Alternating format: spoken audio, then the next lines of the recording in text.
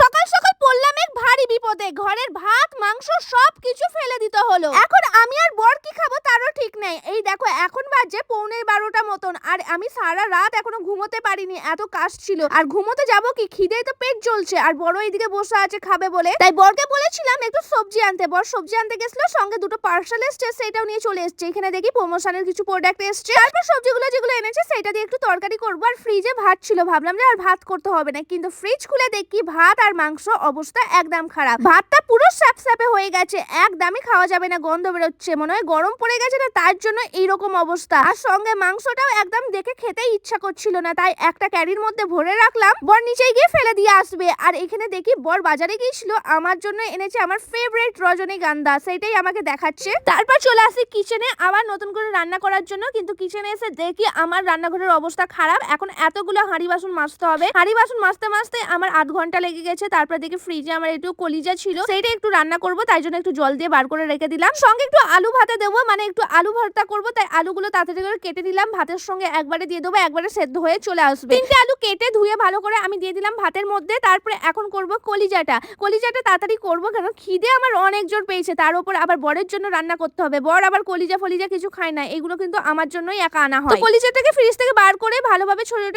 কেটে তারপরে ভালোভাবে ধুয়ে নিয়েছি, তারপরে মশলা বানিয়ে তারপরে দিয়ে দিয়েছি। এখন কষিয়ে কষিয়ে কলিজাটাকে বানাবো। তার মধ্যে বর বলেছে আমাকে আমের চাটনি খাবে, তাই আজকে আবার বাজার থেকে আম এনেছে, তাই ভাবলাম এক সাইডে আমের চাটনিটা তাড়াতাড়ি করে নিই। তারপর আমগুলো ভালোভাবে কেটে নিয়েছি, কেটে নেওয়ার পরে তেলের মধ্যে 5 ফোড়ন দিয়ে তারপর আমটা দিয়ে একটু ভালোভাবে ভেজে নেবো। একটু নরম নরম হয়ে গেলে আমটা, তারপরে দেবো চিনি দিয়ে তারপরে একটু নেড়ে নেবো। তারপরে আমটা গলে গেলেই আমাদের তৈরি হয়ে গেছে আমের চাটনি। আর আগেই বললাম বর আবার কলিজা খাবে না, তাই বরের জন্য একটা সবজি করতে হবে, মিক্স সবজি করব। তাই ভালোভাবে সব সবজিগুলো কেটে ধুয়ে দিয়েছি, তারপর হালকা মশলা দিয়ে ছোলা দিয়ে তারপরে বরের জন্য একটা তরকারি রান্না করে দিচ্ছি। আর তরকারি রান্না করতে করতে আমার কটা বেজে গেছে, দেখো 2:30 বেজে গেছে। এখন কখন ঘুমোবো আমি কখন খাবো তার ঠিক নেই।